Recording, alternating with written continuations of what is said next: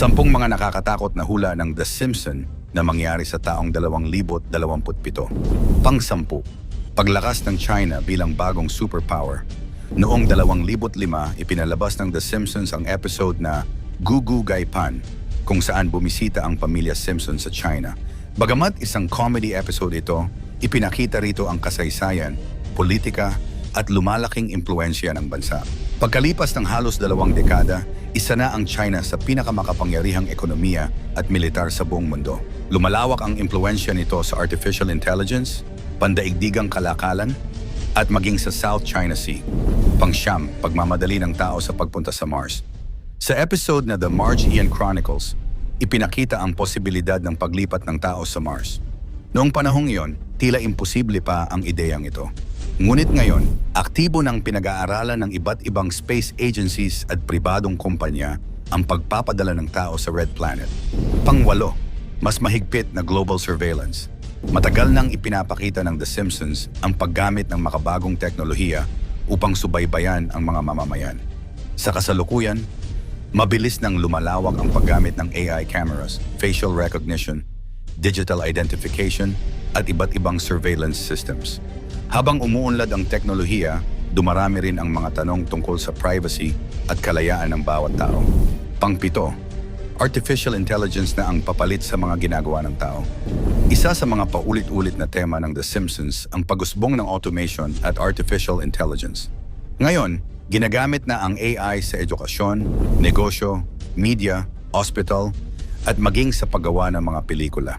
Marami ang naniniwalang sa mga susunod na taon, mas marami pang trabaho ang maaaring tuluyang mapalitan ng AI.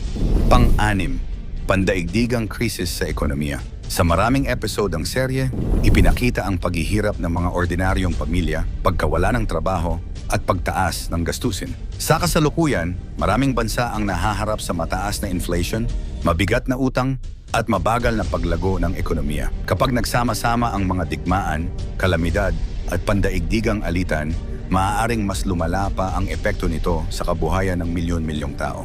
Pang-5, panibagong pandaigdigang pandemya. Isa sa mga pinakasikat na episode ng The Simpsons ang Marge in Chains, kung saan mabilis na kumalat ang Osaka flu. Pagkatapos ng COVID-19, muling binalikan ng maraming manonood ang episode na ito. May mga panibagong naglalabasan ng mga bagong pandemya, kaya patuloy na nagbababala ang mga eksperto ng posibleng magkaroon ng panibagong outbreak sa taong 2027. Pang-4, sunod-sunod na malalaking kalamidad. Maraming episode ang nagpapakita ng malalaking sunog, pagbaha, pagsabog, at pagkawasak ng mga lungsod. Sa totoong mundo, lalong tumitindi ang epekto ng climate change, malalakas na bagyo, matitinding heat wave, at iba pang kalamidad. Kung magpapatuloy ang ganitong situation, maaaring mas maging mapanganib ang mga susunod na taon. Pang-8, Iran at ang lumalalaking tensyon. May ilang references ang The Simpsons tungkol sa Iran at sa gitnang silangan. Sa kasalukuyan, patuloy na sinusubaybayan ng buong mundo ang mga issue tungkol sa nuclear program ng Iran, seguridad sa rehiyon, at relasyon nito sa iba pang bansa. Dahil dito, kumalat ang maraming viral post na nagsasabing hinulaan umano ng The Simpsons ang isang malaking digmaan na kinasasangkutan ng Iran. Pangalawa, Israel at ang sentro ng pandaigdigang alitan. Sa episode na The Greatest Story Ever Dohed, bumisita ang pamilya Simpson sa Jerusalem at sa iba pang banal na lugar. Ipinakita rito ang kahalagahan ng Israel sa kasaysayan at relihiyon ng mundo. Sa kasalukuyan, nananatiling sentro ng pandaigdigang balita ang gitnang silangan dahil sa mga patuloy na alitan at tensyon.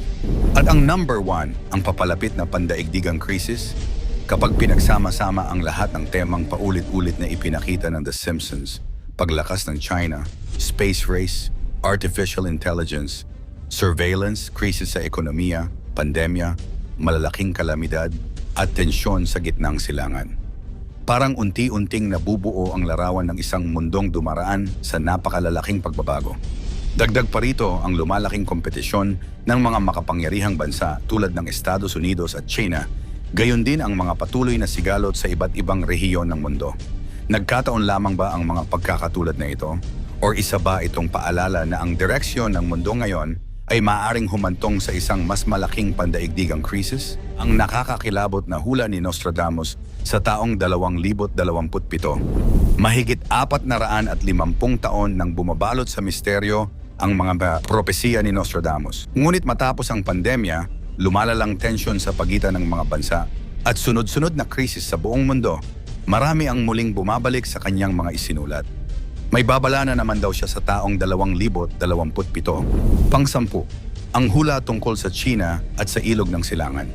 Isa sa mga pinakakilalang interpretation sa mga isinulat ni Nostradamus ay ang kaugnayan ng tinatawag na Great Plague at River of the East.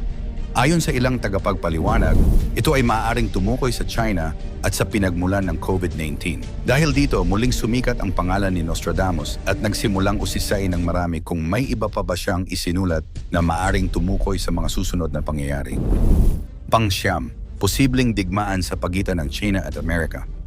Ayon sa kanya, lumalala ang tensyon sa pagitan ng mga makapangyarihang bansa. Binanggit ang pagdami ng mga armadong labanan, paghina ng pandaigdigang kooperasyon, at pagtaas ng panganib ng mas malawak na digmaan. Dahil sa kasalukuyang sitwasyon ng mundo, may mga tagapagpaliwanag na iniuugnay ito sa tumitinding alitan sa pagitan ng China at Estados Unidos. Gayunman, hindi tahasang binanggit ni Nostradamus ang dalawang bansang ito. Isa lamang itong modernong interpretasyon. Pang-8, mas malalang pandaigdigang pandemya. Matapos ang COVID-19, marami ang muling tumingin sa mga isinulat ni Nostradamus. Ayon sa transcript, may mga naniniwalang maaaring magkaroon pa ng isa pang pandaigdigang pandemya na mas mapanganib at mas malawak ang epekto kaysa sa naranasan ng mundo nitong mga nakaraang taon. Pang-7, ang taong 2027 bilang pandaigdigang turning point. Isa sa pangunahing tema ay ang paniniwalang maaaring maging malaking pagbabago ang taong 2027. Hindi ito inilalarawan bilang ordinaryong taon, kundi bilang panahon na maaaring magbago ang direksyon ng politika, ekonomiya, teknolohiya at pamumuhay ng sangkatauhan. Pang-6, lumalalang climate change at krisis sa kalikasan. Binibigyang diin ang patuloy na paglala ng climate change, tumitindi ang init ng mundo, tumataas ang level ng dagat, lumalawak ang tagtuyot at dumarami ang mga wildfire at iba pang sakuna na maaaring magdulot ng malawakang epekto sa iba't ibang bansa. Pang-5, dumadaming malalakas na kalamidad sa buong mundo. Isa pang binigyang diin ay ang pagdami ng malalaking kalamidad. Mas madalas umanong mararanasan ang matitinding lindol, baha, bagyo at iba pang sakunang maaaring magdulot ng malaking pinsala sa maraming komunidad. Pang-4, pagbagsak ng pandaigdigang pagkakaisa. Ayon sa manghuhula, patuloy na humihina ang ugnayan ng mga bansa.